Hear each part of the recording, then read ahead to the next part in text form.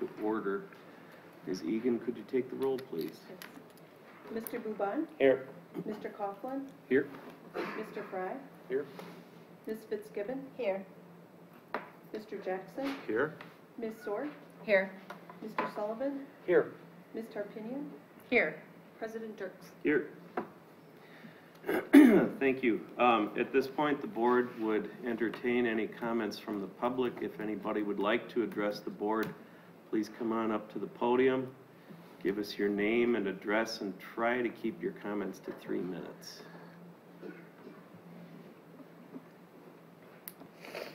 It'll be less than 3 minutes. Okay. Good evening, Jonathan Daugherty, representing the Stoughton Education Association. I just wanted to publicly support the presentation that you're going to be receiving and getting in a few moments. So the SEA supports the proposed insurance plan that will be presented later this evening. We appreciate not having to change healthcare providers.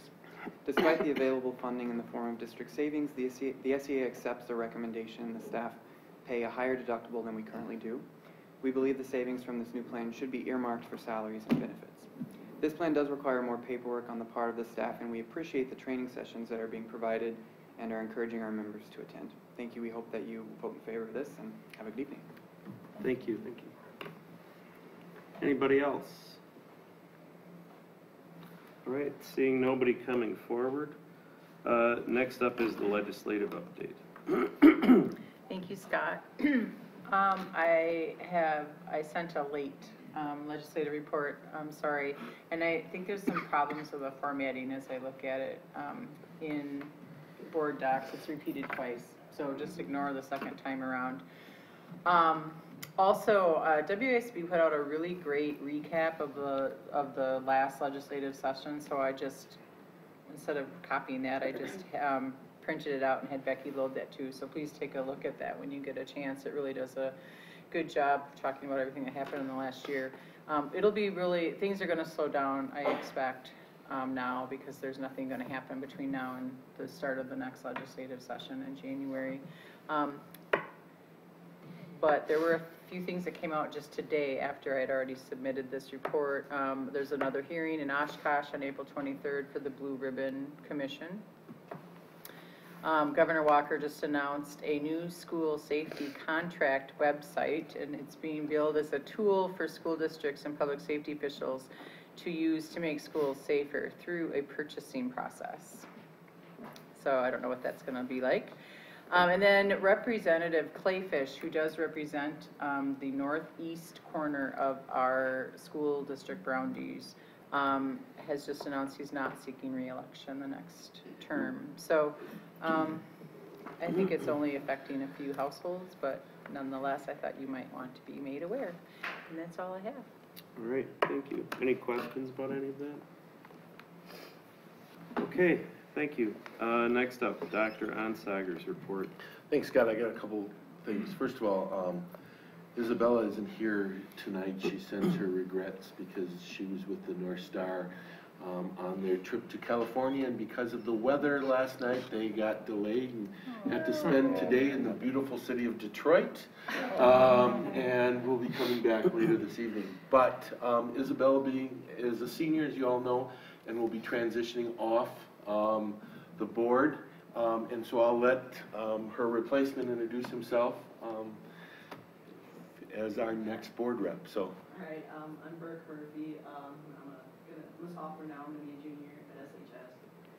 And this is my first year in Stoughton.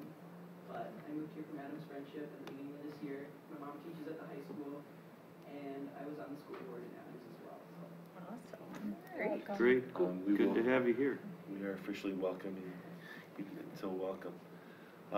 Then I have a couple other things, and normally I don't like to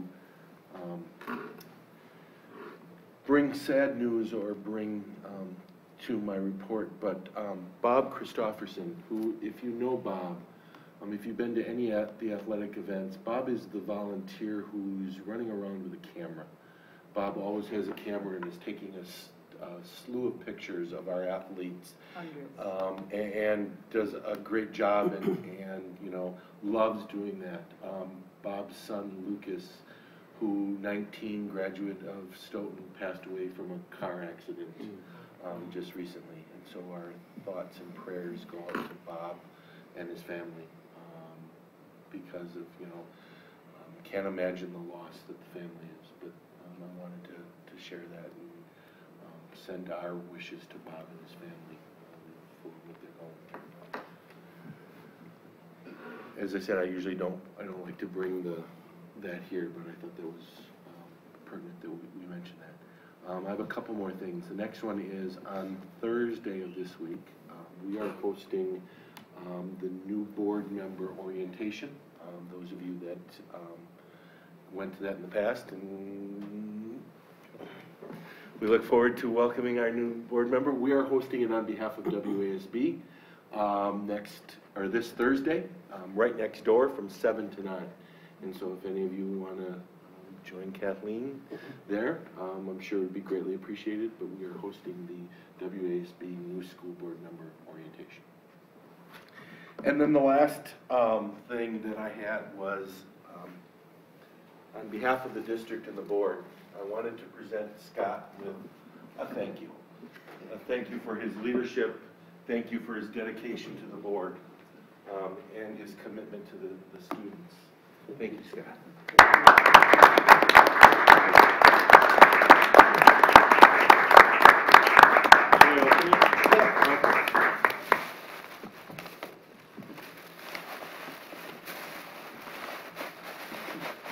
A box. Nope, there's something else in there. Tissue paper.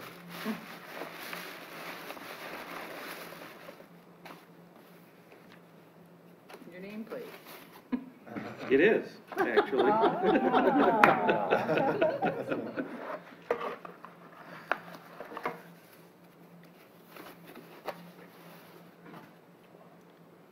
right. Thank you. Wow, so that goes in. Yes. Jeez, that's cool. Right, like that. Thank you. Awesome. Thank you.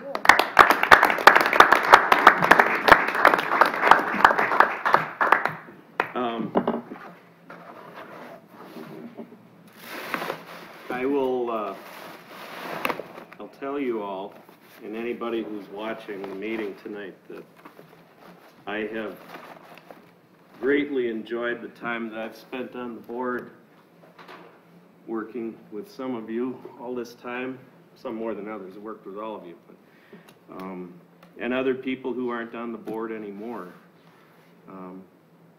I've seen a lot of really, really positive changes over the last 8 years since I first was elected to the school board. And I know that we've got a lot of good years ahead of us as well. So I'll miss working with you guys.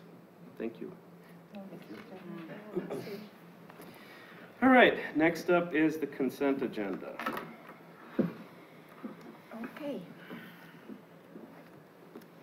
So I move approval of the April 2nd, 2018 regular board meeting minutes. Move approval of the March 30th, April 24th, 2018 check register and April 11th, 2018 P-card transaction report as presented. We would like to say thank you to the following individuals and groups and move approval of their donations to the district.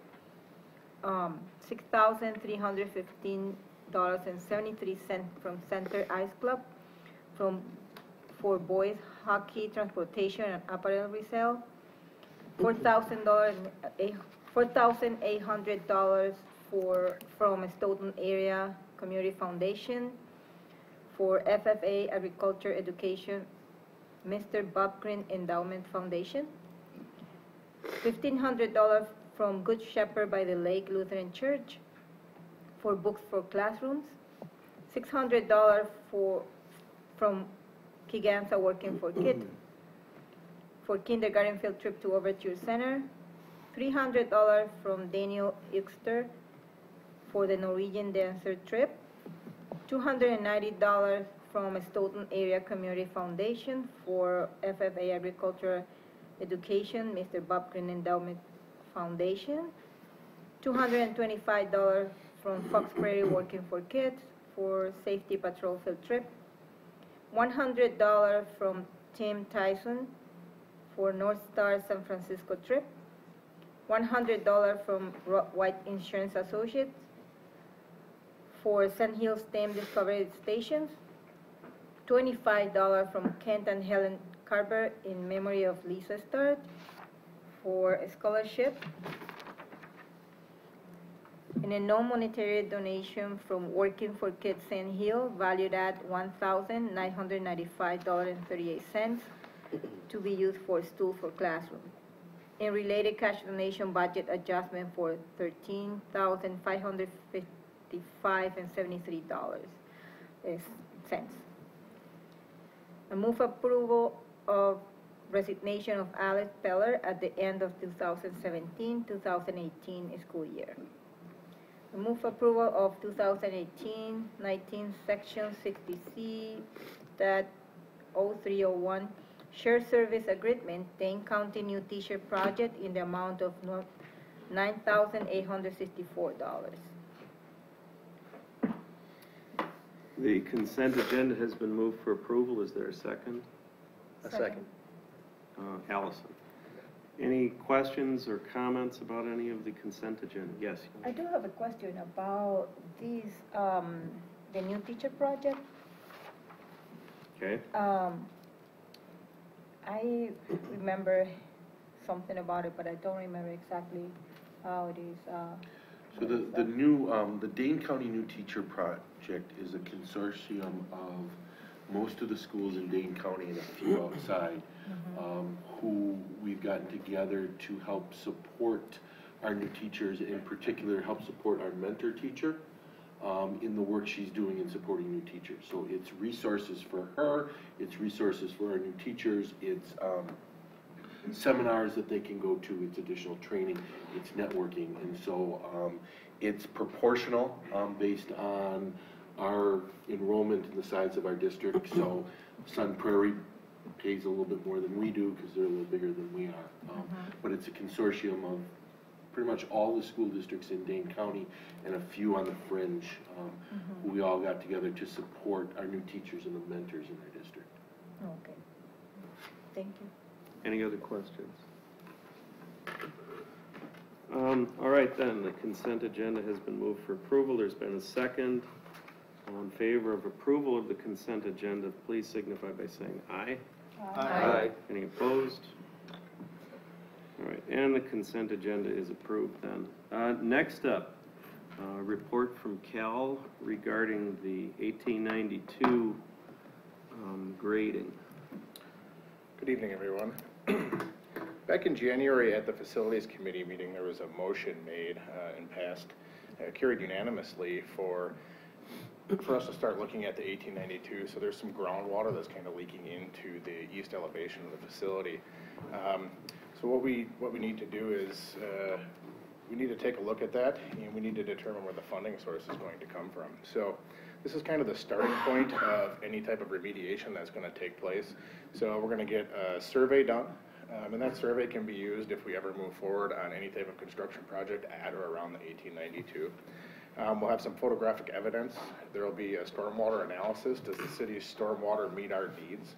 And if there's nothing major kind of in the way, such as old abandoned storm lines, gas, electric, things like that, this is going to give us a potential for working on a contract or an RFP to get rid of these remediation problems that currently exist on the site. So it's designed to be a simple plan for us. Part of that will be a foundation inspection to make sure that the foundation of the 1892 building inside and out is not being deteriorated by that water. Anytime you have water kind of leaking into a building, it's ultimately going to cause some issues down the road. Currently with that building, we don't have any issues that are causing problems right now because we are heating the building. And part of that, getting this project done and moving forward, the funding source would be the 1999 referendum, and I did bring that question here tonight so that I can read it for you so we can make a determination, hopefully at another board meeting on that. So in 1999, the referendum question that was asked, be it resolved by the school board of the Stoughton Area School District, Dane and Rock Counties, Wisconsin, that there shall be issued pursuant to Chapter 67 of the Wisconsin Statutes, General Obligation School Improvement Bonds in an amount not to exceed $335,000 for the public purpose of paying the cost of renovating and improving the old administration building and acquiring and installing related equipment.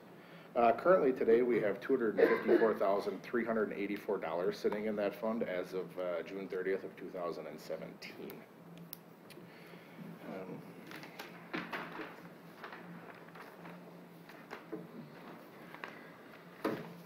So yeah, based on the recommendation from the Facilities Committee to bring this forward, if we do find the conclusive evidence and a remediation plan out of this initial investment of $7,750, we could look at anticipated construction costs from that, or we could go out to RFP at that point in time to figure out what our next steps may be.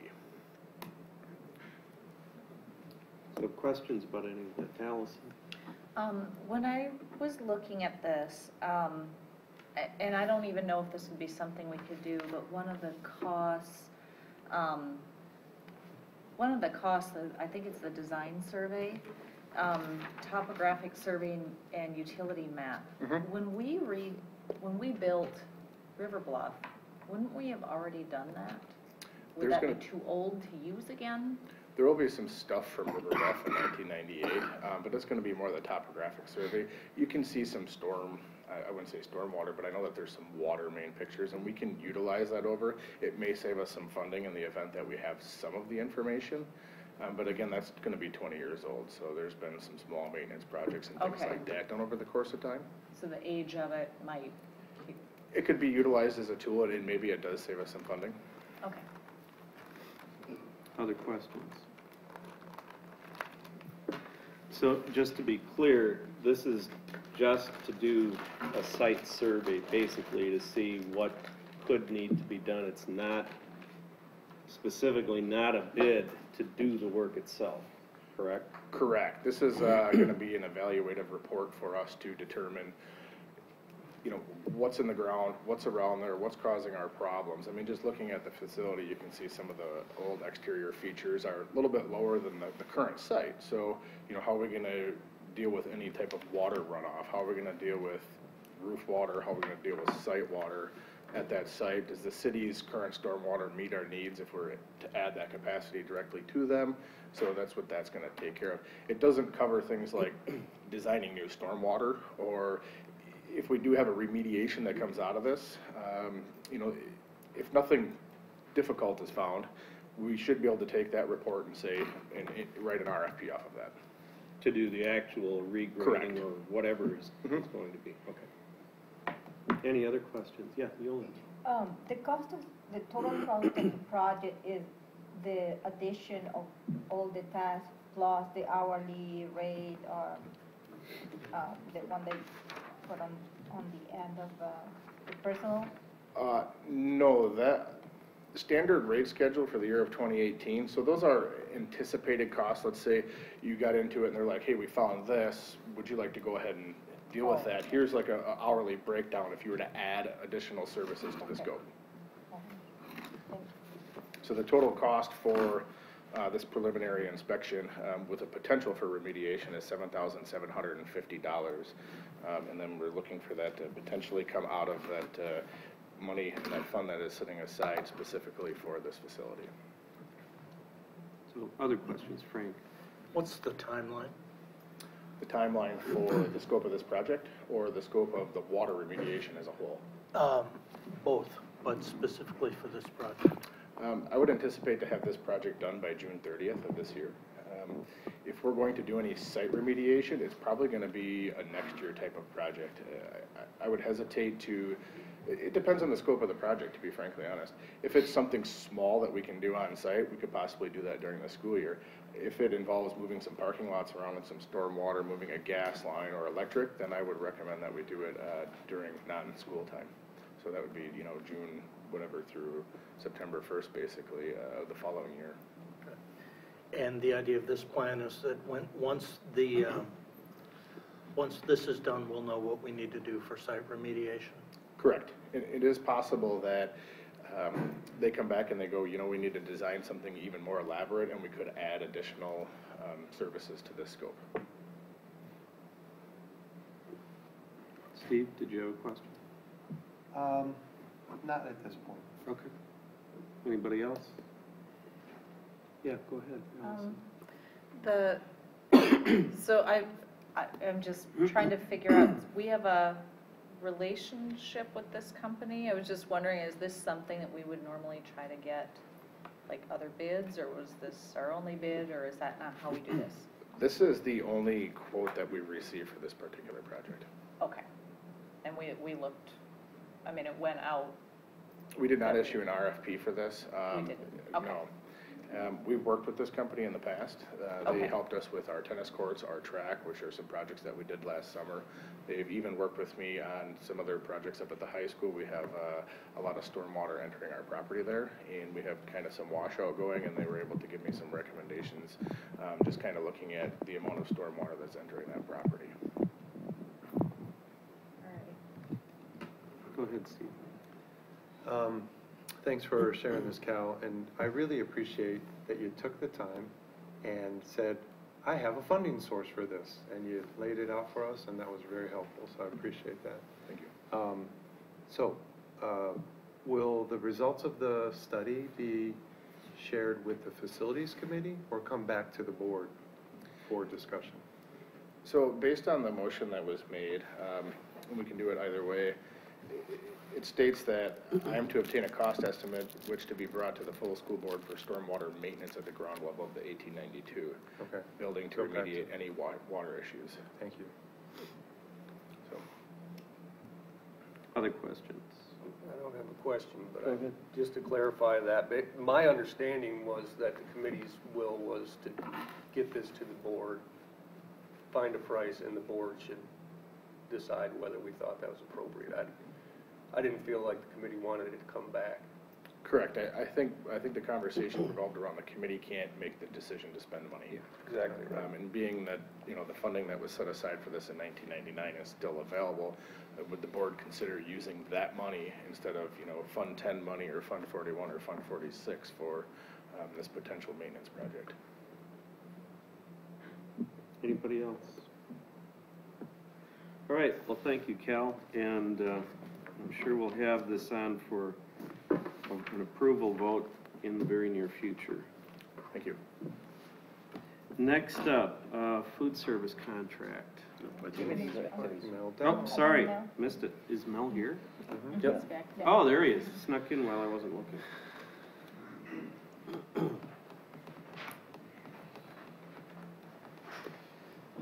Yes, I'm here just like the snow is here. How's the spring sports schedule? No, it's actually, it's not gonna on be the agenda. It's gonna be record-setting. It's gonna be record-setting. Yeah, a lot of accommodations are being made, that's for sure. But as I shared with the kids this afternoon, we're gonna do everything we can to make it a memorable season for them, besides the weather. It's that time of the year where I share with us a bit of information regarding our activities that take place at the school. You know, to start out, I have to say that our activities are alive and well at Stoughton High School.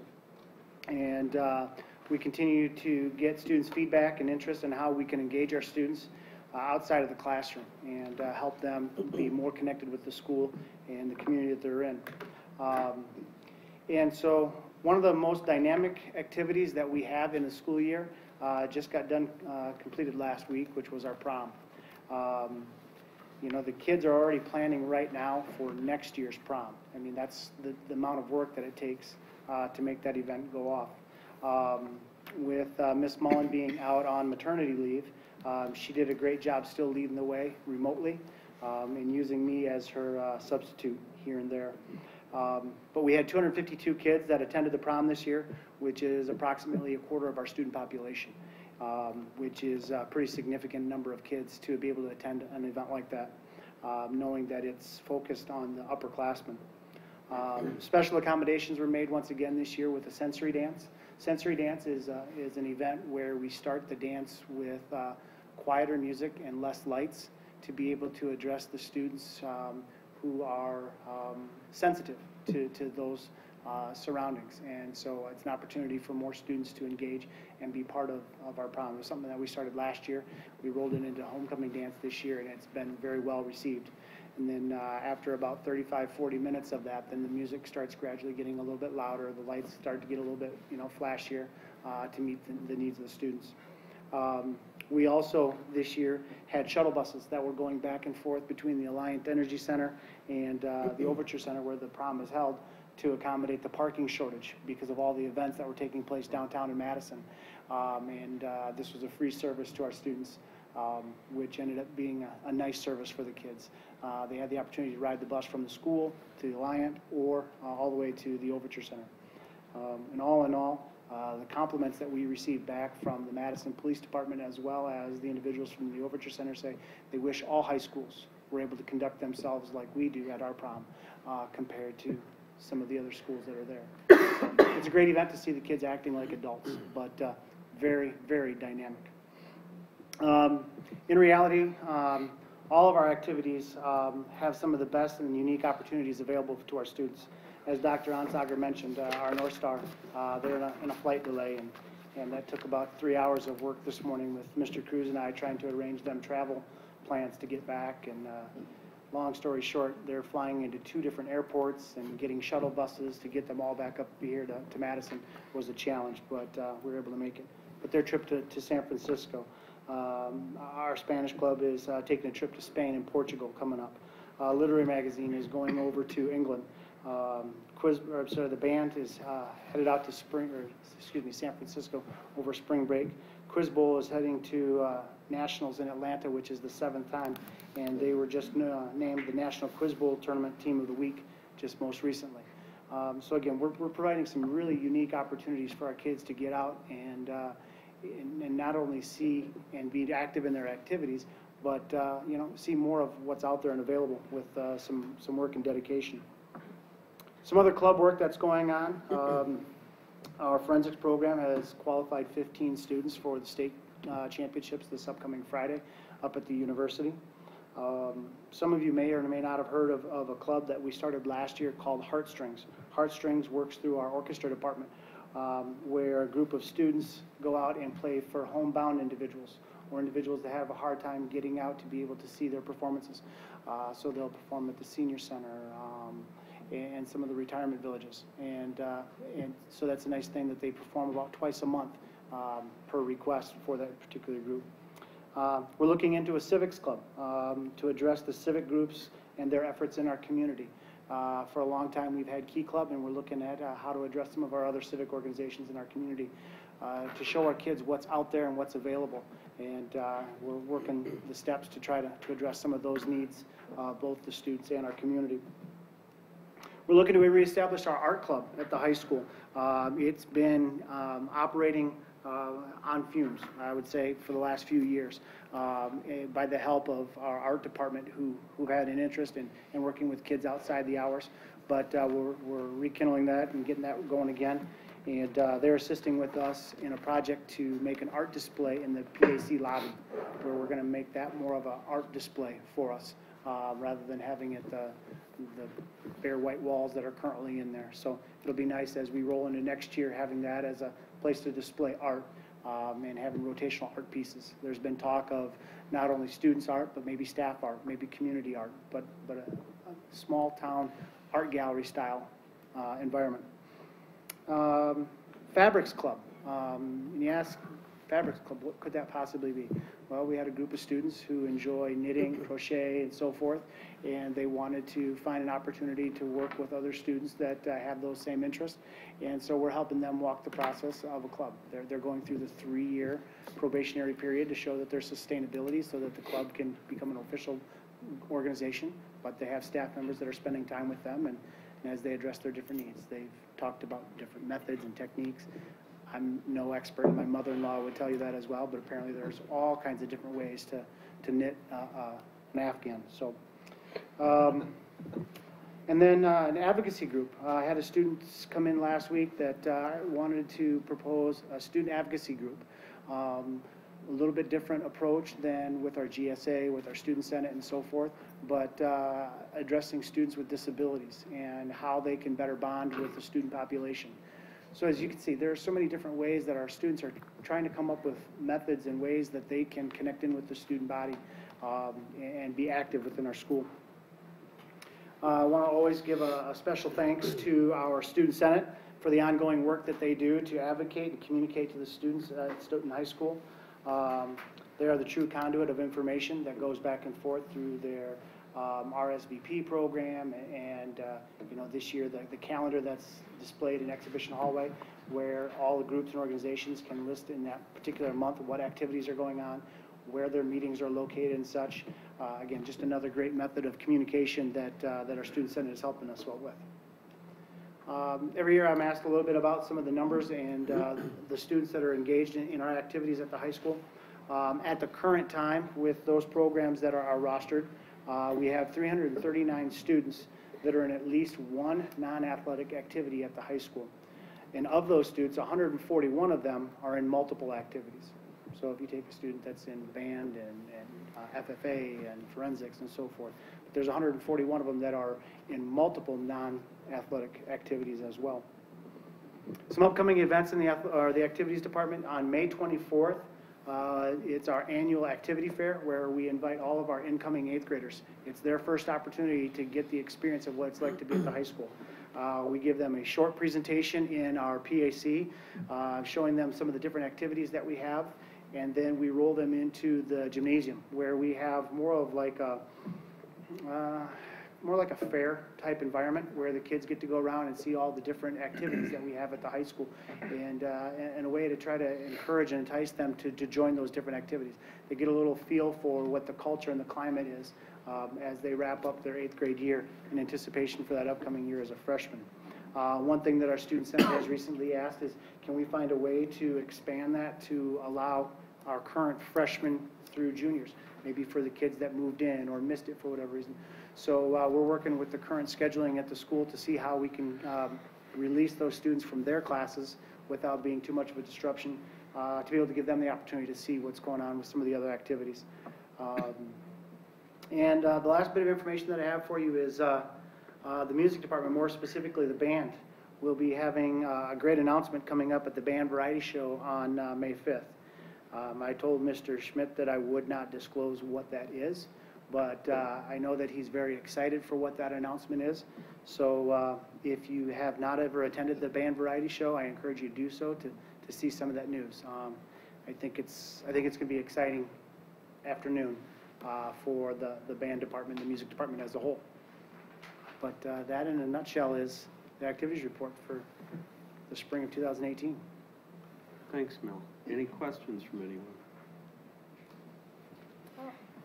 Yeah, go ahead. I, just in the mail this afternoon, I got an invite from FFA. Yeah. It's times, but no date.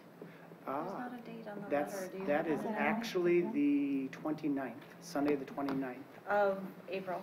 of April. April, okay. Yep. Thank you. It's really, can I just put a plug in there? I mean, I've gone many years now. I mean, it's just a really nice, they really appreciate when someone Yeah. shows up. So even you They guys have could their, coordinate, one of you going. cheese curds. Yeah.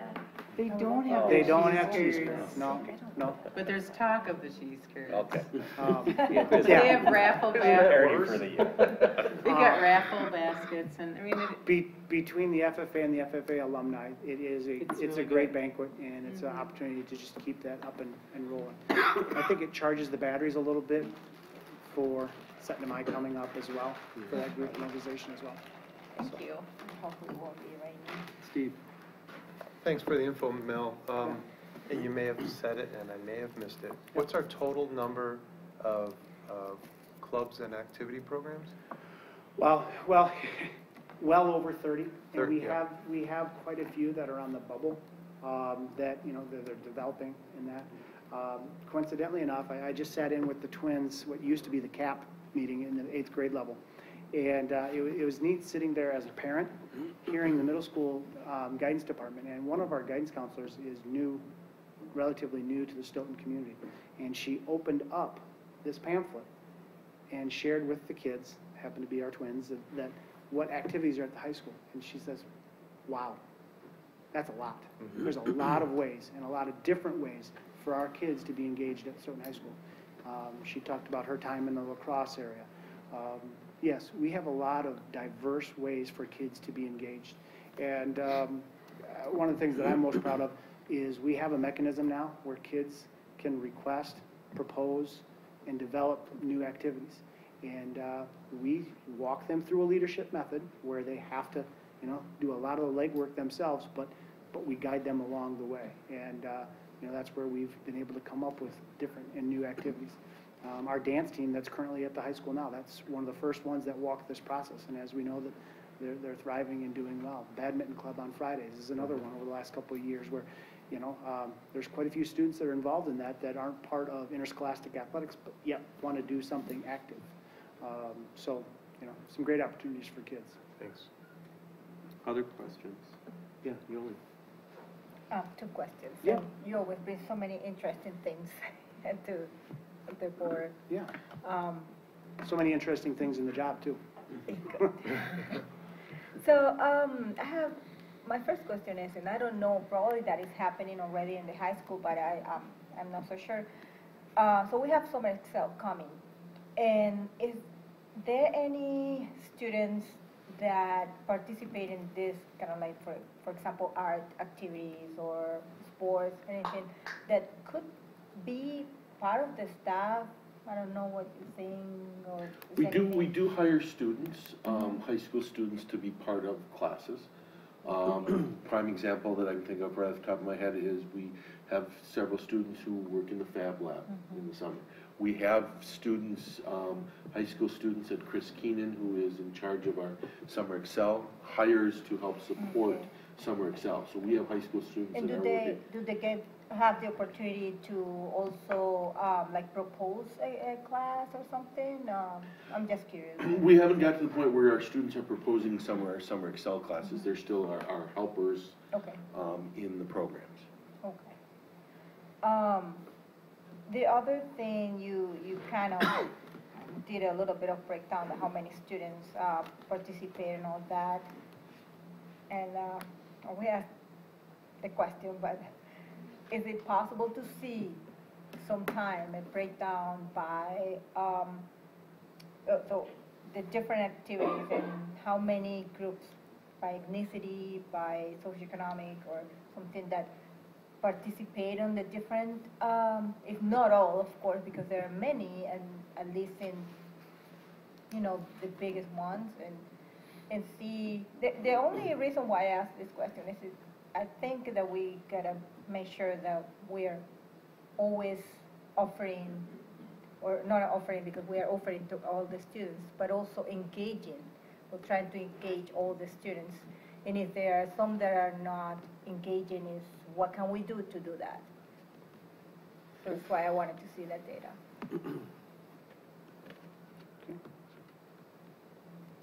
And that was my last question. Yes, I have broken that data down in the past. The last time we broke that data down, it was proportionate to our enrollment. Is the best way that I can sum it up. But definitely can run that again and see where that stands. Yeah, well, just curiosity, and maybe we can see other ways if there's something that, why these group of students are not interested in something, or something going on, or how can we engage them? Other questions? I just have a comment. Sure.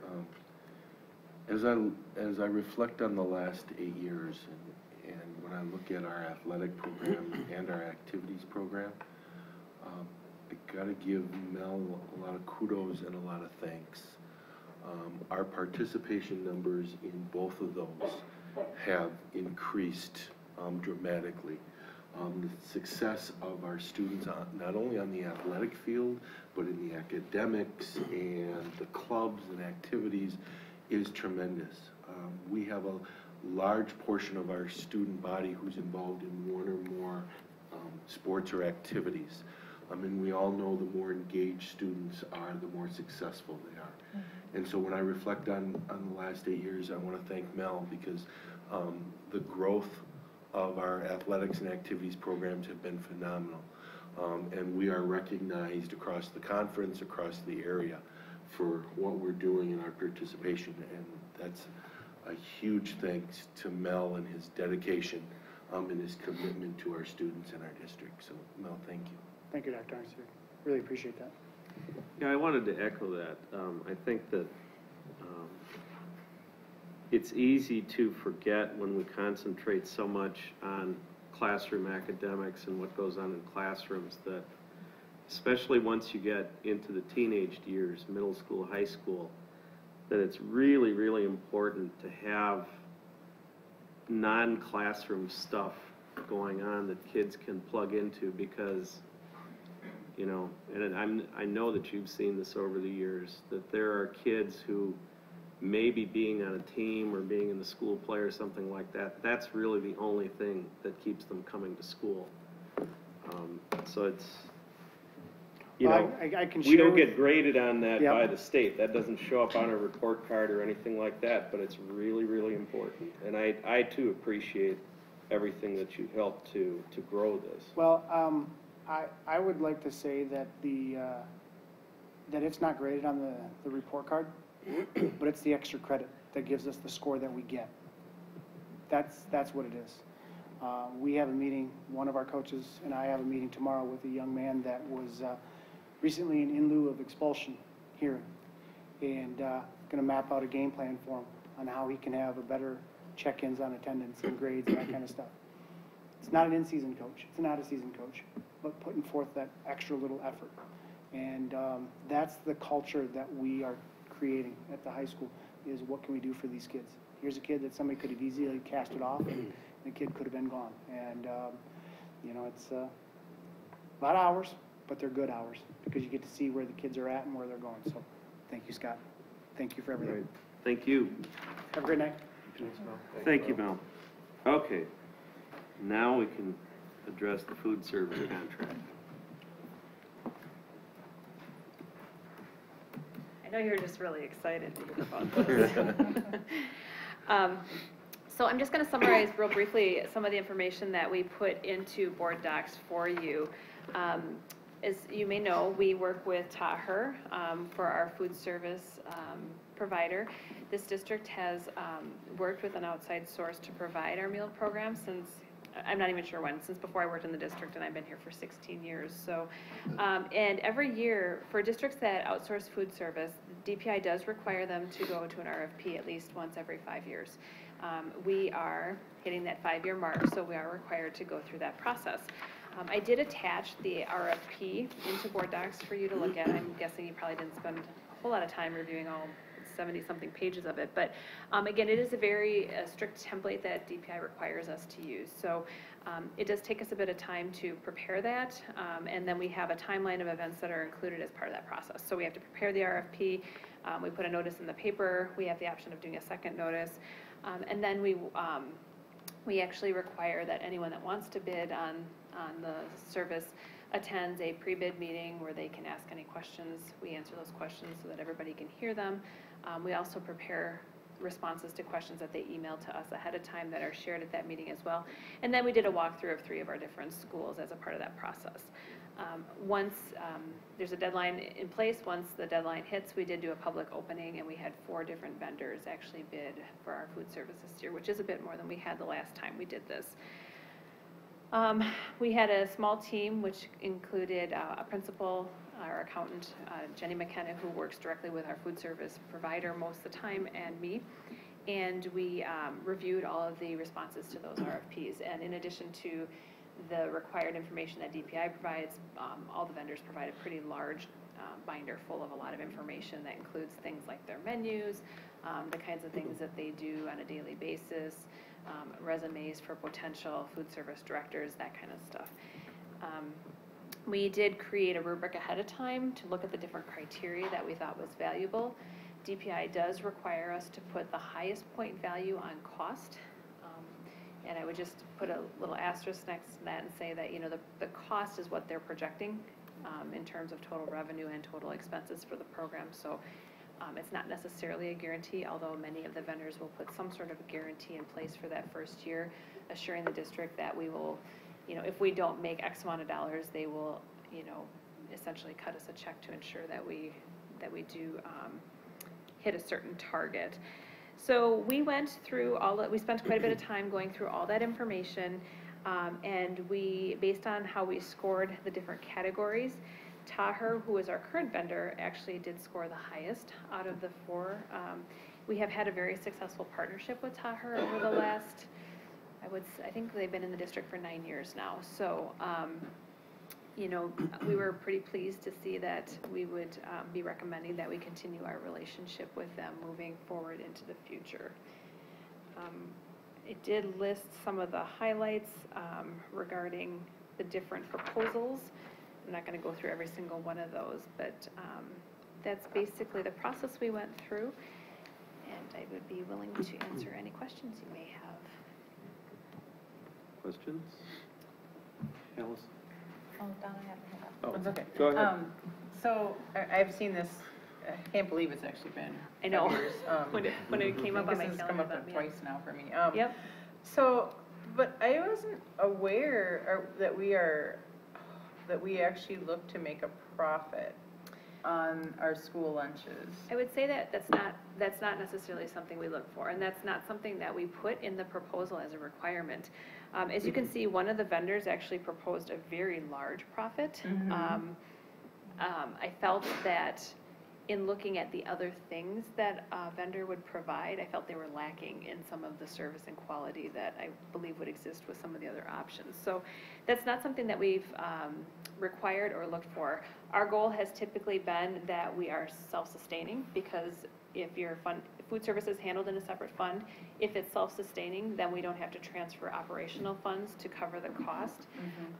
And if we do have a surplus in that fund, we use those monies over time to essentially address equipment replacement needs. So we've upgraded ovens on occasion and done some of those kinds of things. And we're at a place right now where we've been able to function that way. So it certainly wasn't, you know, we want to be self-sustaining, but it wasn't necessarily a goal that we generate some large profit to be able to, you know, for purposes that we don't currently, you know, have in the district. So you see a pretty large range of what they're projecting. And the experience, I'm just under these criteria, which is the one that would apply to, I mean, we just have had a great relationship with Taher. We have. The director goes above and beyond, I think, just food service. Yeah. So which one of these criteria would that fall mostly under? The current director would fall. Our overall experience with Taher in the past. Well, we have experience, references, and service capability listed there. We do have, I would say that innovation is definitely one of those areas that we've improved in a little bit, and then the on-site manager kind of refers to the person that we've worked with and the people that we've worked with the company. Great, thanks. Yep. So, Allison? There's some suggestions listed, or suggest promoting the sports packs. Well, do you know what that is? I do, Yeah. because it was in the binder. Was it? So Okay. these are some of the things I just that, didn't see it. so some of we just wanted to kind of capture some of the positives that we saw with the different vendors that we were looking at. And one of the things and so Taher in their proposal suggested some possible new things that we could explore. And that was one of the things that they identified, was the possibility of creating like a sport pack that could be available after school for kids to purchase, specifically maybe athletes, kids that might be going from school to an after-school activity, something like that. It might be maybe a more nutritional option than running to McDonald's or something like that. Not bad-mouthing McDonald's, but I just think that to have something on-site might be kind of a nice option to explore. Right. I know Not we've having to talked go about anywhere. that. What'd you say? Not having to go anywhere. I mean, Yeah, so that's just, that'd be that was great. something that they threw in their proposal as something we could explore. Okay. And they also talked, one of the other things I mentioned too, kind of one of the topics we've talked about a little bit over the last year was some of the outdoor spaces and educational areas, including school gardens. So they talked about maybe exploring ways that some of that, what's grown in those school gardens can be used in the food service program, which is kind of cool too, so. Yeah. Go ahead, John. You have listed on the rubric Chartwells with a very high innovation score. Is there anything that we can take away from that if we happen to not go, or was there anything particularly innovative compared to the other providers? Just going back to what I recall, they had some pretty neat ideas in terms of how they do their menu planning. They had some unique tools that, I don't know if it's specific to them or software that they've purchased, but they use some data analytics in planning their menus. And this goes beyond, my skill set, but I know even like when we plan menus here, you might have chicken nuggets and spaghetti on one day, and, everybody likes chicken nuggets, but if you put spaghetti next to tacos, kids might pick spaghetti. So really looking at taking all that data and spinning it just to see how you then pair different options. So I just thought that was kind of cool. They had, they do have an app that's a little bit more prevalent. I think but Taher does have an app, so that's something we can look at for, if they have it in place, just kind of look at how good it is and maybe kind of promote using that as an option. So they just, Chartwells just had a few things like that I thought were pretty innovative. Some of the suggestions they had for the ways you might lay out your cafeteria were pretty cool. Although I also understand that, that's fine and dandy, but when you have a space that already exists, sometimes you're limited a little bit in how you can arrange that space. So you have to work a little bit with what you have. Could I ask one follow-up question? So the costing breakdowns for each of these four companies are laid out a little bit differently. They are. Is that because they returned quotes that were described differently, or how? They are all given the same data set to use to make their projections. So if this is how many meals we serve, and here's what we're charging, here's what your revenue is going to be, what are your costs going to look like?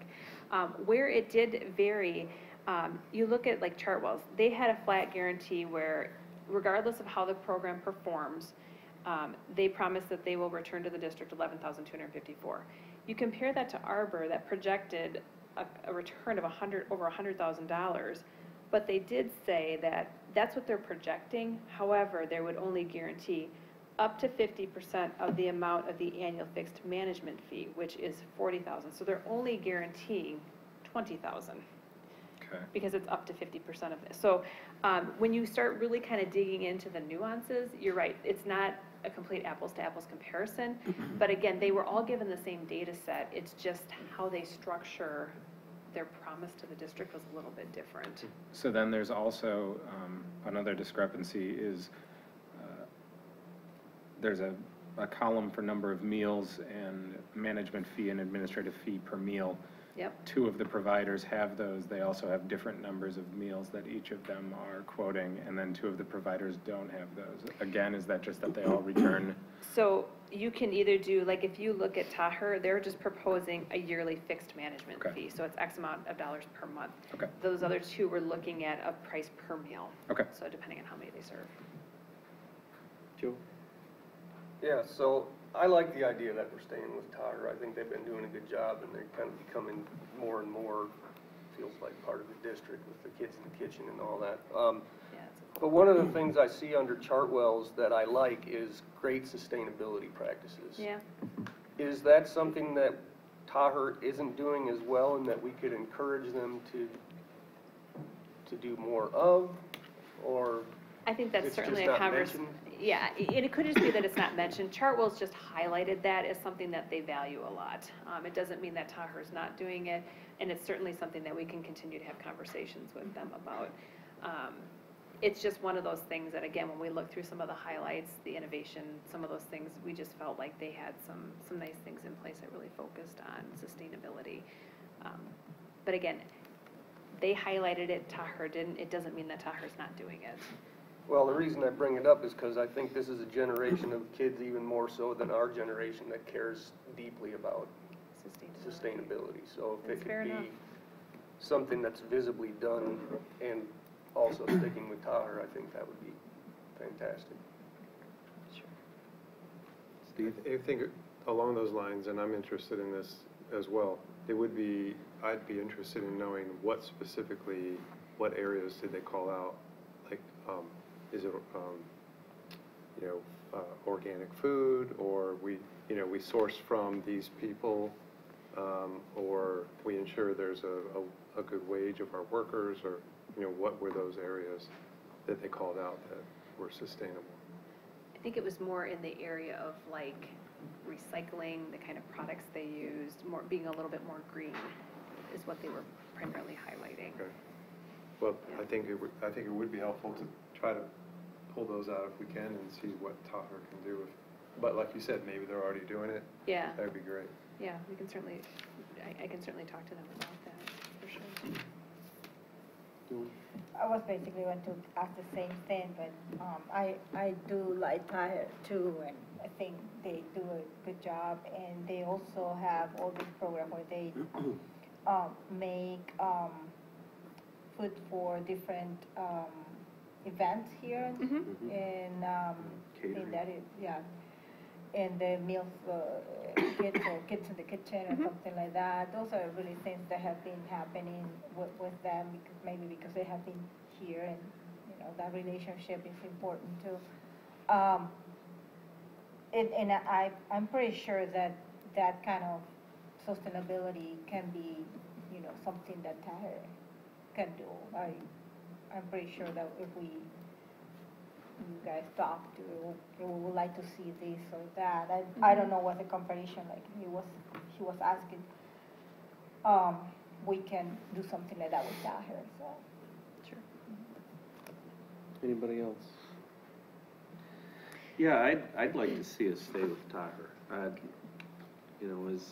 Joe and Donna said, we've had a long relationship with them, and a lot of the things that they do, the kids in the kitchen, just as one example, that's above and beyond what you'd expect from your food service vendor. So I would, the sustainability thing, yeah, I guess I'd like to know what specifically Chartwells means by that, and whether Tahir can do the same thing. And I guess in a sense they are. They're talking about using the school gardens. Yeah. So. Yeah. All right. Other questions?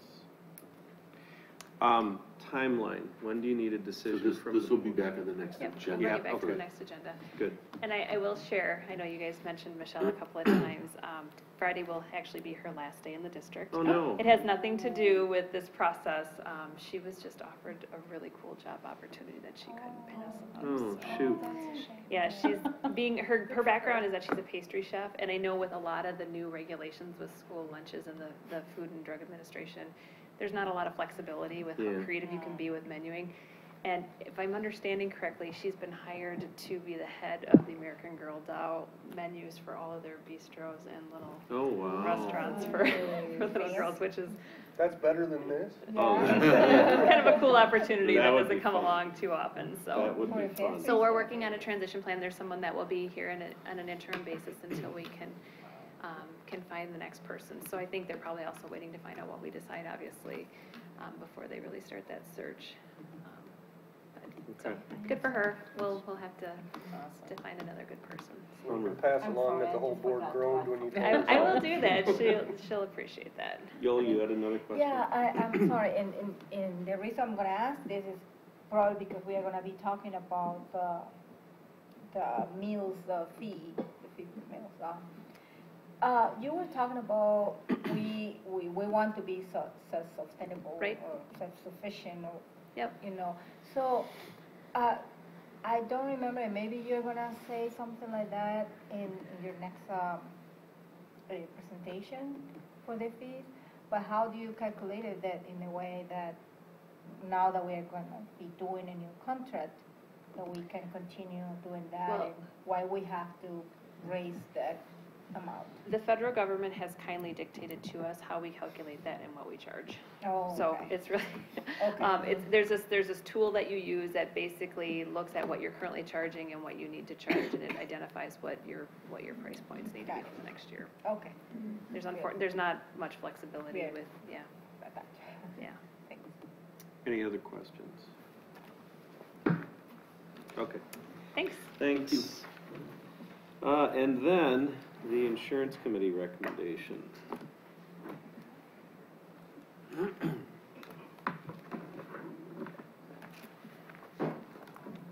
Good evening. Hi. So in terms of the summary of the discussion, thank you. Really, the process started in November, the committee process, and it's one that we've gone through most years. And this year, certainly took a look at many different options. We're part of a group RFP, and in terms of the committee, I want to start by just talking with the committee member, or looking through the committee members, discuss the plan designs that in the end are being compared to what's being recommended versus what's in place now, what the savings are for the district and the staff, and in the end, what the recommendation is with the health reimbursement arrangement. You see the list of the committee members, part of the board packet, in addition to a cross-section of staff. You also see administration, you also see board representation.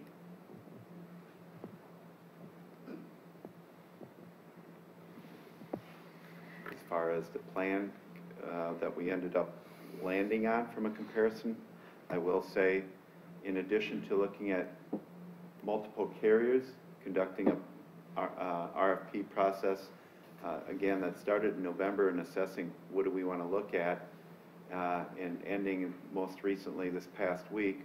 It included multiple carriers, multiple plan designs, and what the committee is looking at from what was and what's being recommended on the right, you'll see a traditional plan that we've been on with an HMO, a deductible, with some co-pays for office visits, urgent, emergent co-pays, and prescription drug co-pays.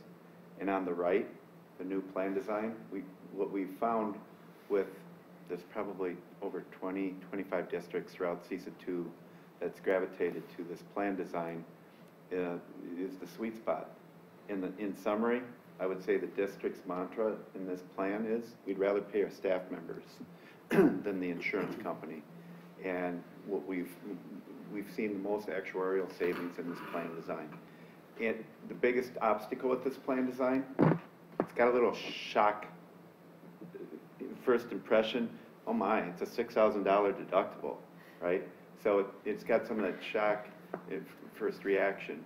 Meanwhile, the second slide just speaks to the fact that we maintain both the HMO and the point of service plan for the freedom of choice, although there are very few people on it.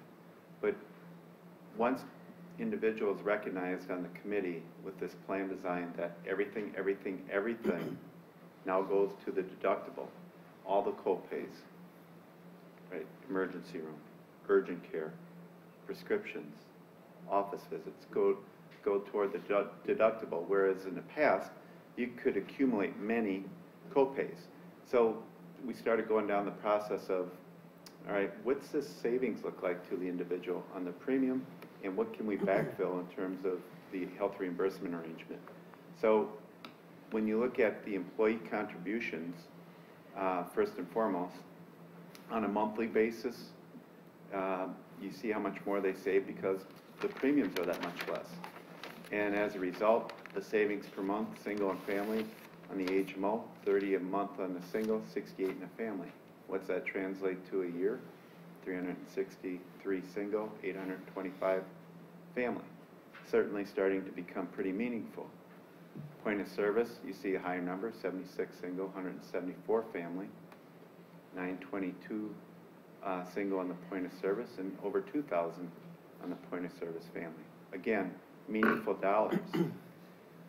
So in the end, what's this mean to the district? We're talking about from the staff members what the savings is.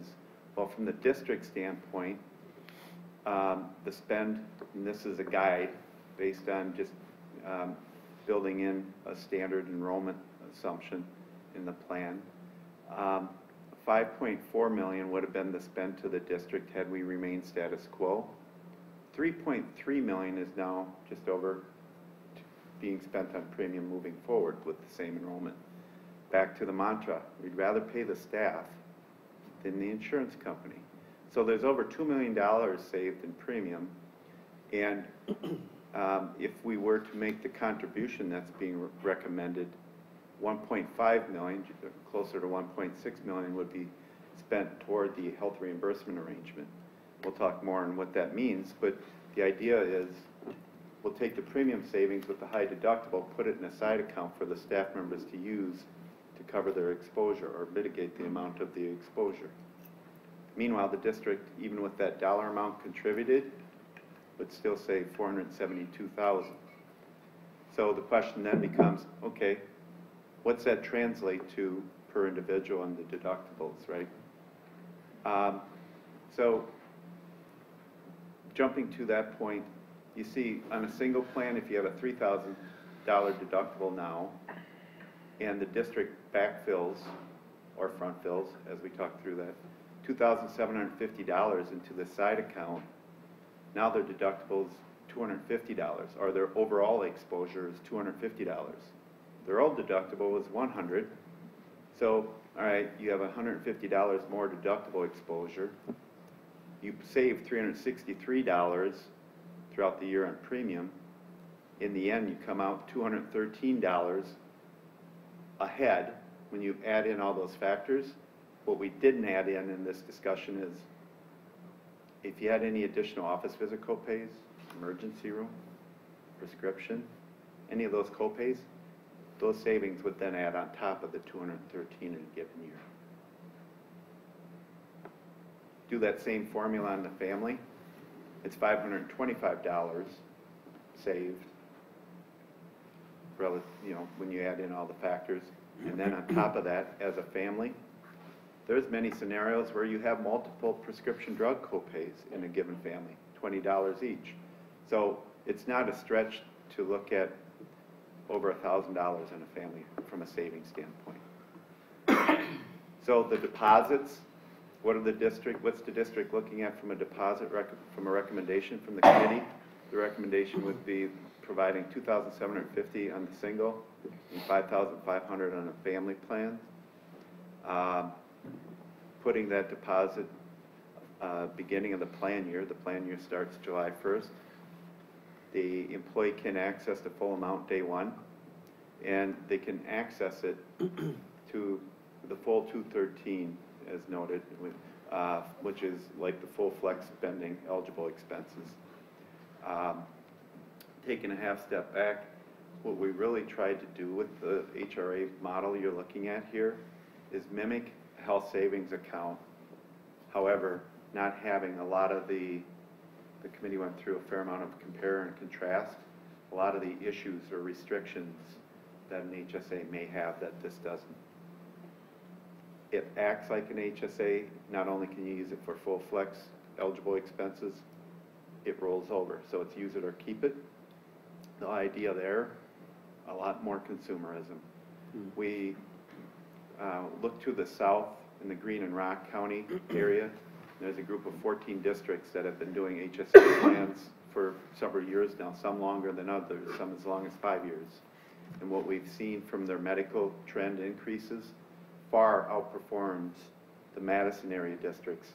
When we look at the committee looked at the two graphs, the Madison area district graphs were like this for premium spend, and the Greene and Rock County districts were like this or flat. And a lot of that has to do with this type of plan design and the whole picture.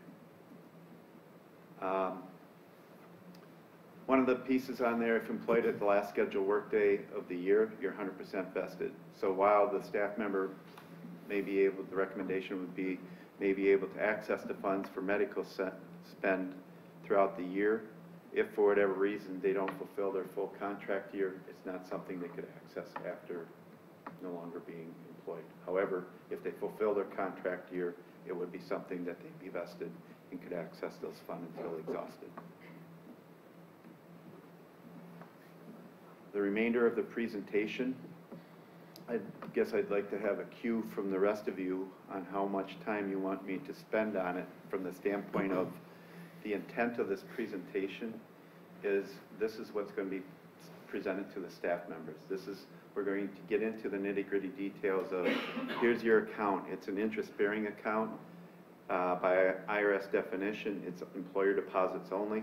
The money the vendor we ultimately landed with in the recommendation has a 1.3 interest rate, which I know is really exciting, but relative to what else is out there and available, it's actually pretty good for this given year. And it's intended to be used for medical expenses to offset your out-of-pocket expenses. Why use an HRA?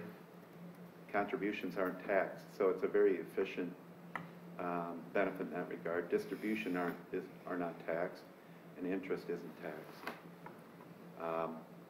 We'll educate on what they can use the HRA for, whether they use it or accumulate it for a future date. Now you can start really differentiating ourselves from the standpoint that maybe some of the Dane County area districts that don't have this type of plan, a traditional plan, you don't have the side account that you can use for things like eye care, orthodontia. Orthodontia, the dental plan never covers the entire amount. So now you can have some additional perks to what it would be set aside for.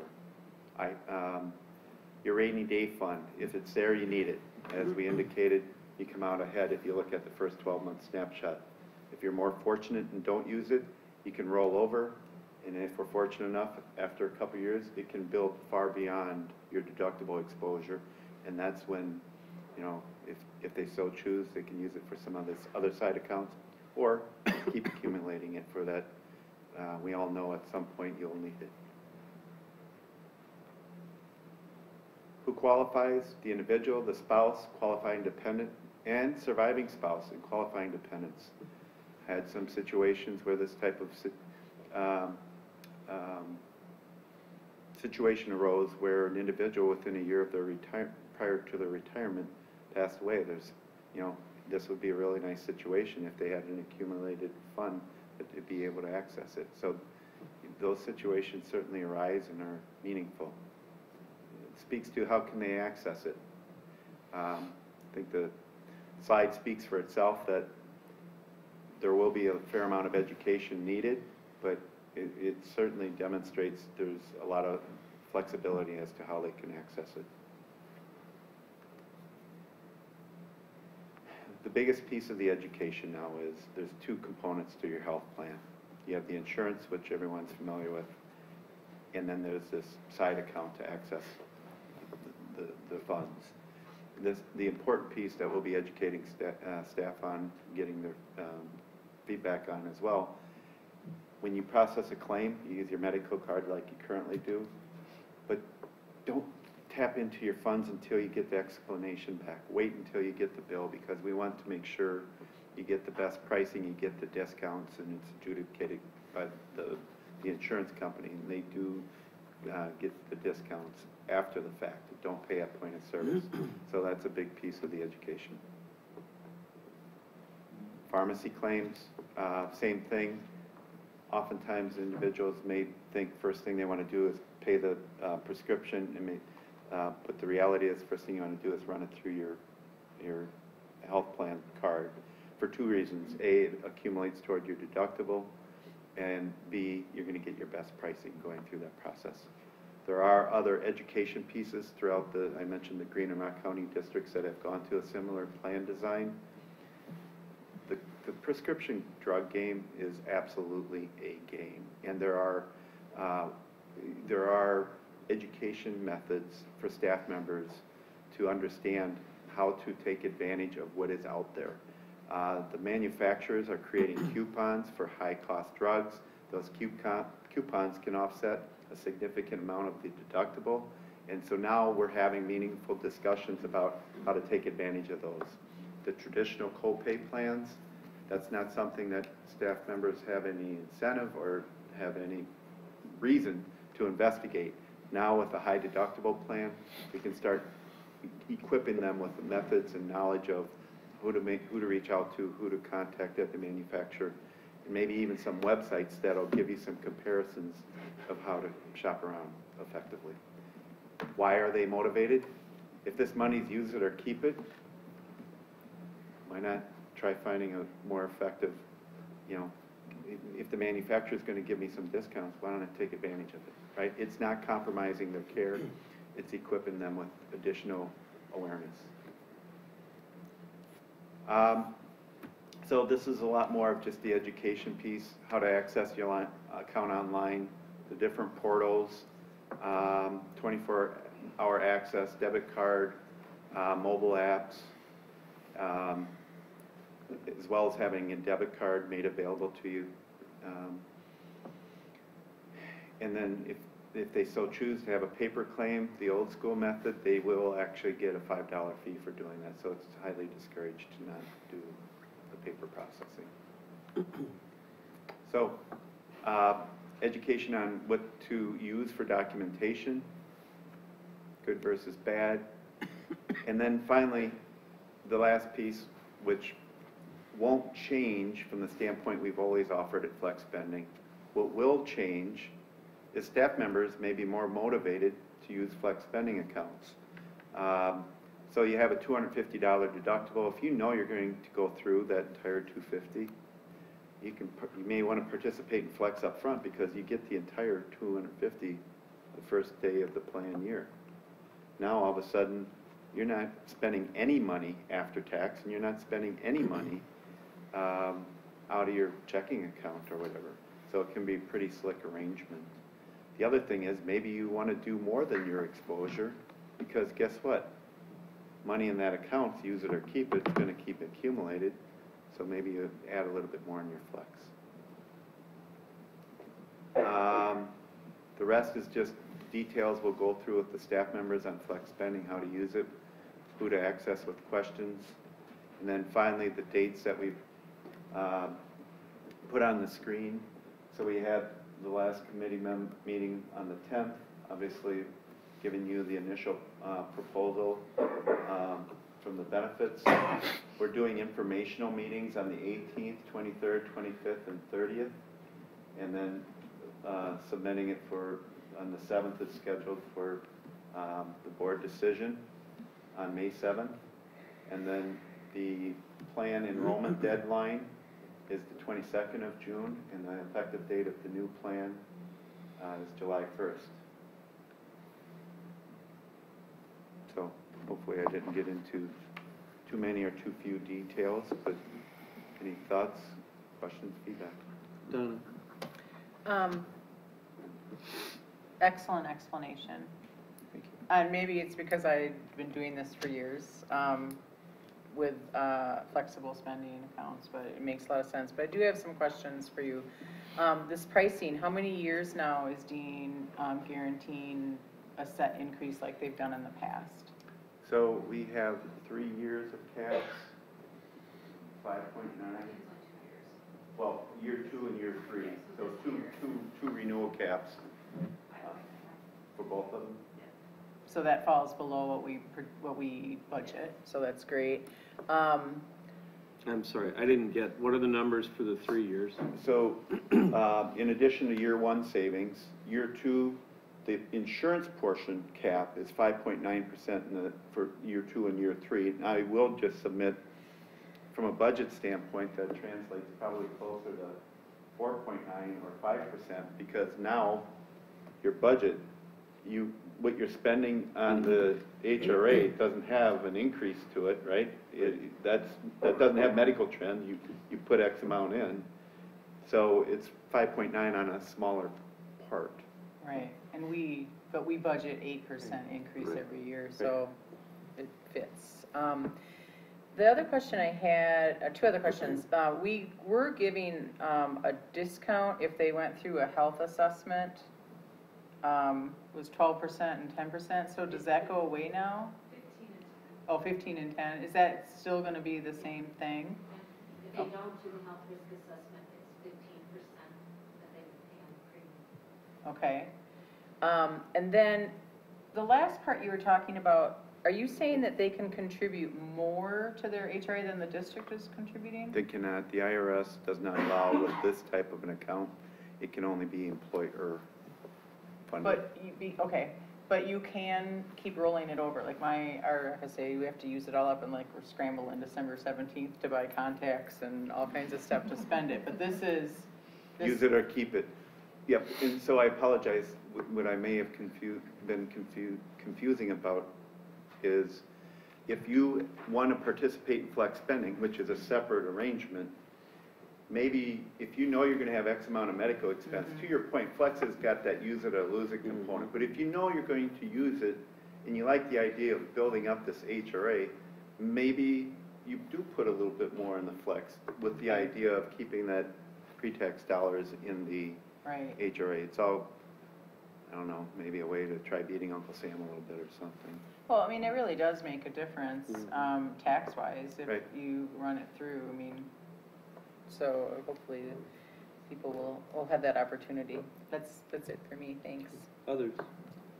John? Yeah, so you mentioned things like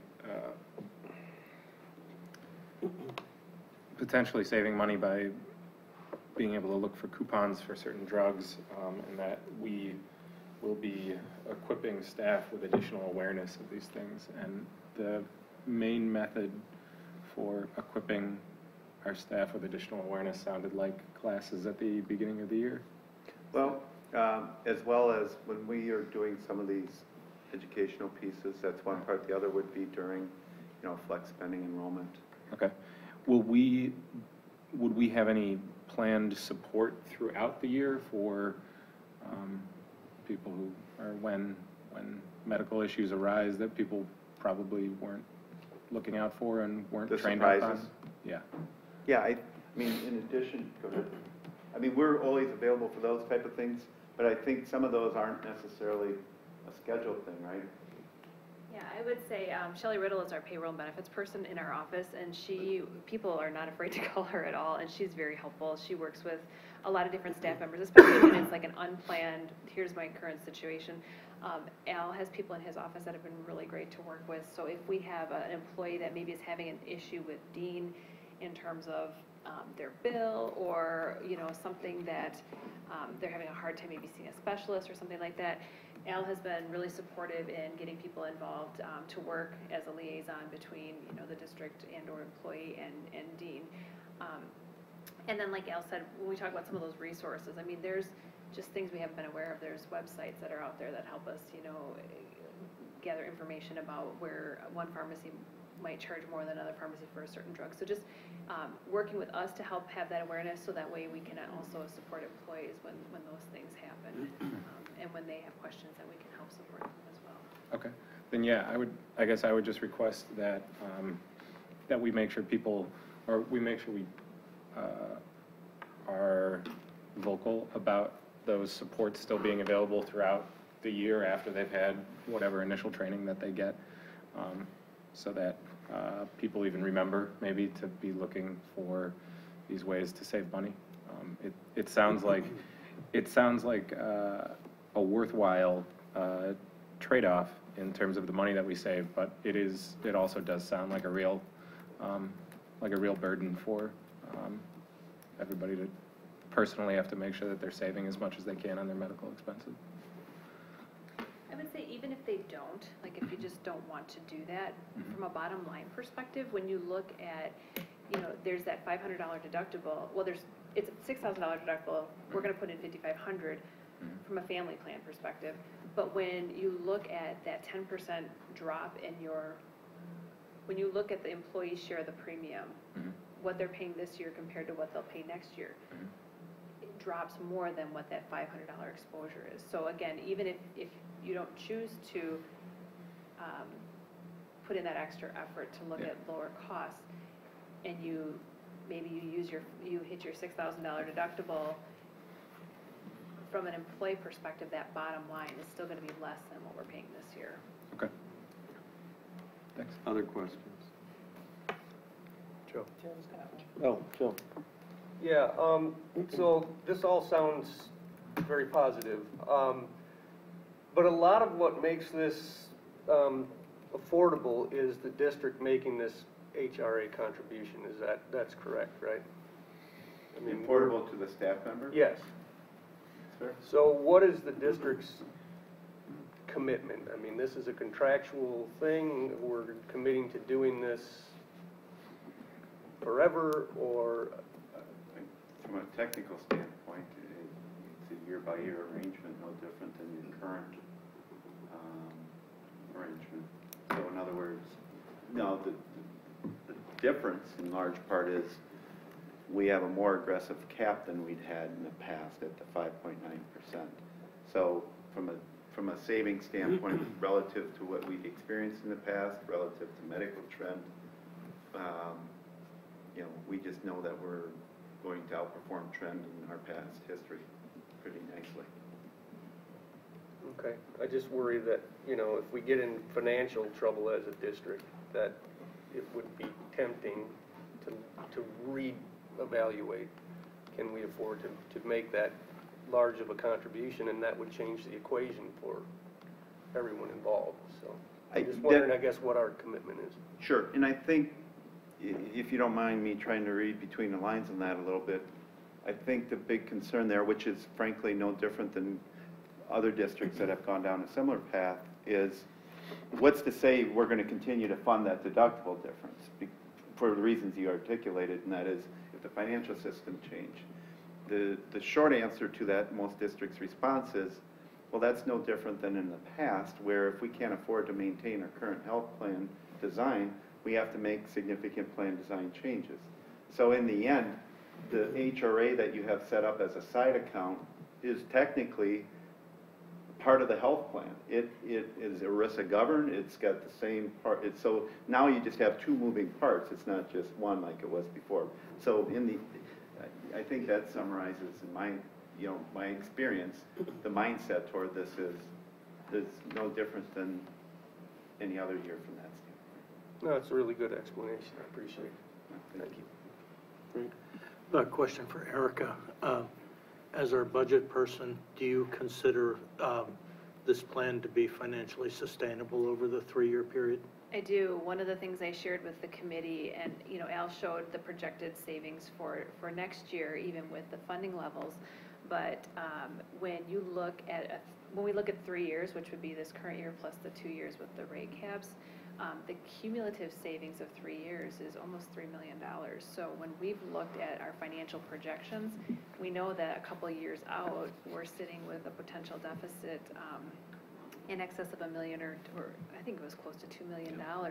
Again, that's based on a lot of assumptions, current enrollment levels, current state funding levels.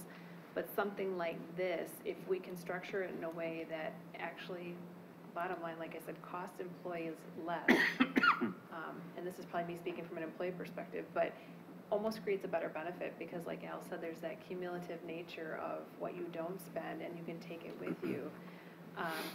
And the district can, you know, have long-term budgetary savings that ultimately will preserve program services and jobs. To me, that just sounds like a win-win-win. So the short answer to your question is yes, but that was kind of the longer explanation as to what we were looking at. And those budgetary savings that you're talking about include the district contribution to the... They do. Thank you. Oh, I have two questions, Erica. Can you remind me of what happened when you retired with the HRA? And also, if you leave the district and you happen to go to another district that kind of have the same thing, can you take it with you? Because I see that you can take people. I mean, if somebody come and work here from other district can bring it. So can you? So maybe we can tag team this a little bit. So we currently have an HRA in the district that is set up as a retiree-only, premium-only HRA, which is separate from what we're talking about now. So for that particular plan, as people retire, there's a couple of different things. So educators, we have a contribution that goes into that premium-only retiree, whatever, I'll call it HRA number 1. We have a contribution that goes into that on a monthly basis for up to 5 years. In addition, accumulated sick leave can be deposited into that. For other employee groups, it's a little bit different, but one consistent thing is that accumulated sick leave for any employee group will be deposited into that HRA at the point in time that person retires. That can only be used for premiums. This, we'll call it HRA 2, is a little bit different in that it's set up for existing employees and will accumulate. Now, if I stay here my entire career and I retire at some point, that HRA 1 will be there, but this HRA 2 that's accumulated over time can also be there, which could be used for paying health insurance premiums and all those other things that Al identified. As far as taking it with you when you leave, we had a lot of conversation about this, and Steve could probably share some thoughts on that too, but when we talked about depositing that money up front on July 1st, as we started just thinking through that and brainstorming out loud, we thought, okay, so if we deposit that money on July 1st and it's portable, meaning someone can take it with them when they leave, well, what happens? I'm going to move, and all of a sudden on July 15th, I put in my resignation. Now all of a sudden, me on a family plan is taking $5,500 with me, and then whoever's hired to replace me, you know, that's a pretty big exposure for the district. So that's why we recommended structuring it where it becomes portable at the point in time you complete that year of service. So July 1st, the district puts the money in. If I finish my contract all the way through June 30th, then whatever's left of next year's money will go with me. July 1 rolls around, a new amount is deposited, something happens and I have to leave mid-year, that year 2 deposit that was made for me does not go with me because I didn't complete my year of service. You only take what was rolled over. Correct. Okay. Correct. Did I hit it? No, everything is spot on. The only, I guess, quirky technical piece I'll touch on is you don't technically take it with you. From the standpoint, and it's not technically truly portable from the standpoint, you don't take the money and put it into one of your own accounts. You can access it until you exhaust it. Exactly. Sure. Other questions? And just, excuse me, just to be clear,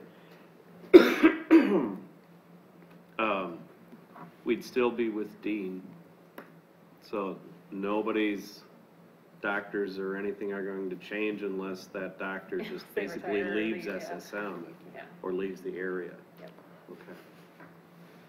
Okay. I think this is a fantastic idea. I'm wondering why we didn't do it years ago. I would say you will start seeing more in the Dane County area start doing this. The discussion's starting to get legs. The main reason we haven't done it in the past, to your question, the main reason Dane County in general hasn't is in order for this to make financial sense, you need to get enough savings from the deductible. Mm-hmm. And you may or may not recognize that the further you get away from Dane County, the higher the rates, and therefore the more premium saved. So it just made... So it's the insurance market itself that's driving It's a that. big part of the Okay. reason, yeah. Okay. No, I think this is a fantastic idea. It pushes off further into the future the date that we have to worry about a budget deficit, even with all of the awful assumptions I know you make when you're doing those projections. That's a good point to Not attract. because I like making awful assumptions. No, given what's happened over the last 8 years, I think very conservative assumptions make a lot of sense. So, Scott, Steve could I? is- yeah, sure. Yeah, sorry, I did have something I should have spoke about. By the way, I have a similar program, but I don't get to take it with me. And so this is, when we were talking about this, this change for the district, it really does seem, it is a good benefit. I mean, I just don't get that opportunity to take it with me, so. So, 400, roughly 470 is the estimate for projected overall savings. Is there a way we can think as a district about how we might be able to preserve some of that money for wellness programs or other? It's just something that I think we should think about. I know we put some operating expense into a capital fund earlier this year, and I think it would be helpful to have some flexibility here if we could. Just something to think about. Other questions? I'm Julie? just curious, how many districts around here have the same kind of plan? In Dane County, virtually none, but when you start going further away from Dane County, you have neighboring districts like Edgerton and et cetera. Edgerton's been doing it for a few years now. Correct. With a really high deductible. Same, same as what we have. Is it? Okay. So this is gonna be a good attraction for new teachers coming to the district. That's Because then- more or less what Edgerton's had some nice success in their statements about competing as a recruiting tool. Because the next generation sees this as a side account that you're putting additional money in, because they're less concerned about just the insurance part, right? Well, right, if you're young and very healthy and hardly ever see a doctor, first of all, annual checkups are completely covered. Correct. So, if you don't have regular prescriptions you take, you don't have to get a new pair of bifocals every year like I do, you can just bank that money. It's basically, And it's tax-free. and it's tax-free. I mean, it's almost additional pay. So it's a great benefit. Allison? One more thing, when you started talking about why we haven't seen this before, there's obviously not a competitor here. I mean, it's just Dean. Are the other insurance companies in town or anywhere do anything like this? Or are they just not competitive with this? No, I'd number? say it was, there was competitive bids on the table, they just weren't, we're pretty much in a two-horse competition, right? When we talk about health insurance, in this geography, UW and the SSMD. And they were certainly right there, they just didn't have the same 3-year aggressiveness that, when you looked at it in a 3-year period, it became a lot more apparent which. And even when we were in a place where they were pretty similar in price, the disruption of moving everybody off of one carrier onto another wasn't real palatable for some of the committee members. So we would have had to see a pretty significant difference between the two. Okay. So was this similar to 3 years ago, that we didn't get this rate if we offered another company's plan as a choice? They would not have maintained the caps, correct? Okay. All right. Thank you. And that's pretty huge. Yeah. Not at that level, I should say. Right, but 5.9, that's great. So you have a couple percent off of millions of dollars. Yeah. It really adds up. Yeah. Other questions? So then you need this back on the next meeting's agenda, right? Okay. And as All Al right. indicated, we will start talking to employees this week, just to let them know what's been brought here, so we can start to educate. And Tim, you already met with the SEA. Yeah, Erica and Becky met with Jonathan Thursday. This week, yeah. And walked through the entire plan and answered any questions that he may have had in that discussion, so. So staff have already started to hear about this. Correct, correct. All right, well, thank you very much. Thank you. Thanks, Al. All right, we have 2 discussion action items. The first is approval of fees for meals and facility rental. And I would entertain a motion on that. Donna? Are we doing meals separate from facilities? Oh, yeah, sorry. I'd recommend to the full board increasing the cost of breakfast for adults by 25 cents for the 2018-19 school year. The cost of lunch for all grades and adults by 10% for the 2018-19 school year, and 10 cents. or 10 cents, sorry. 10 cents. And that's it, because I guess that we're going to do fees or food and facility different. Yeah, we should do those separately. Second, All right, second. so there's a second. Joe, any discussion on the meal fees? All in favor of approval, please signify by saying aye. Aye. Any opposed? All right, thank you. And then, would anybody like to make a motion on facility rental fees? I will. Okay, I move approval to increase the facility rental fee for the high school auditorium by $1 per hour for residents and $1 per hour for non-residents. is there a second? Second. Tim, any discussion? All in favor, please say aye. Aye. Any opposed? That's approved. Pool program fees. There were no changes to that. We're not changing that one? You're It right. was just food and. Yeah, it was just kind those of two. Okay, informational. thank you. We get them all? I think we got everything. Erica? Okay, you were paying attention, I know. Okay, and then we have one policy that's up for a second reading, policy 114. I would move approval of a new policy 114, school community relations. Is there a second? I second. From Tim. Any discussion? We reviewed the policy at the last meeting, and we created it to just really mirror our current practices with school and community relations and communication. Thank you. Any further discussion? All in favor of approval, please signify by saying aye. Aye. Any opposed? And that's approved. So, the board reorganization meeting is the next board meeting, which is next Monday at 7 o'clock. As Tim mentioned earlier, the new school board member gathering is this Thursday evening. I don't have dates for the next finance or policy meetings. Policy's May 7th. Okay, regular time. Yep. Finances pending reorganization. Right, right. May I, Yeah. may I throw out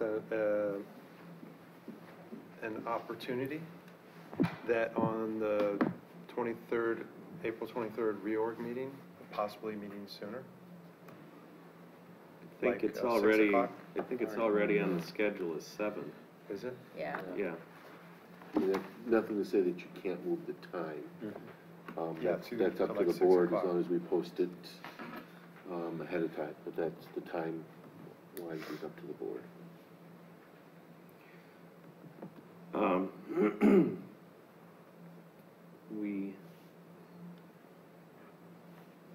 I mean, you're out of town when, Tim?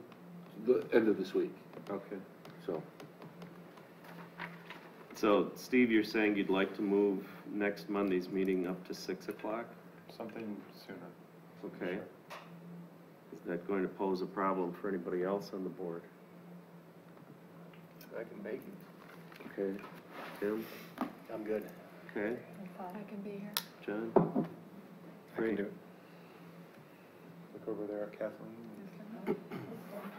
Okay. Yeah, then we can, excuse me, we can move the meeting up to 6 o'clock then. So, it'll get posted that way. Right, Becky?